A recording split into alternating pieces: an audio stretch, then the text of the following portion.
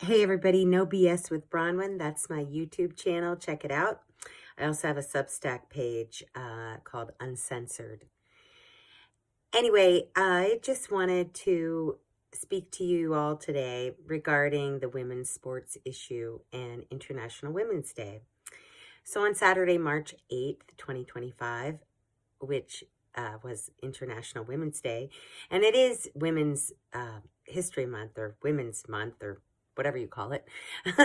I should know exactly what it's called, but I think it's Women's Month for the month. Anyway, so there seems to be a lot of confusion on the Democratic, leftist, liberal, progressive side. So at this rally, there were lots of people there on the other side, and many of them were there supposedly supporting women. So it's a little confusing to me, a party that wants to support and celebrate women, but they are allowing biological males into women's sports and into their spaces and their locker rooms and their prisons. And that somehow doesn't align with supporting women. Many males who identify as females have injured women in women's sports. Peyton McNabb being one of them, who had a volleyball chucked at her head and she suffered severe injuries from that to her brain. Also, we saw in the Olympics men boxing women and severely injuring them, taking away titles and championships from women. So I'm not sure how the other side construes this to being supportive of women. Also, there's been several cases of men who identify as women sexually assaulting women in our spaces, our locker rooms, our bathrooms, and our prisons, getting women pregnant in prison, assaulting them physically, sexually. So I'm not really sure how this supports the other side's idea of supporting women. Also, they want to mutilate and give puberty blockers and drugs to children as young as 2 years old, to kids who supposedly identify as the other sex.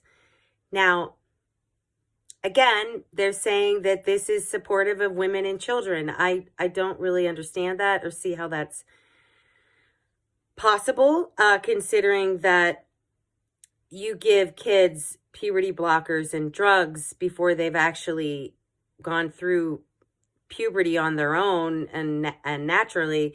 That distorts their body.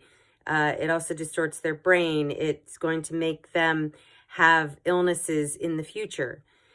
And this idea that children can identify as the opposite sex as young as 2 or 18 months, as some people say, is ludicrous. I work with children. I coach children gymnastics, and I've also worked with children in school settings, teaching theater and other activities. And children have an imagination. They like to pretend things all the time. And this is what is called pretend play, imagination, using your imagination. We should allow children to use their imagination, but also to speak truth and reality to our children. We've gotten very comfortable with bad parenting in this society, and giving children screens to look at, iPads and iPhones and computers, and then leaving them to their own accord is not what I call good parenting.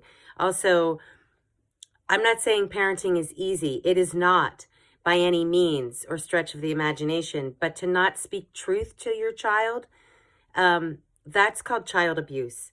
So there seems to be confusion on the other side about what it really means to support women and women's rights and children and children's rights. And we, as common sense, normal people speaking in reality, we need to come out and talk about this as much as possible.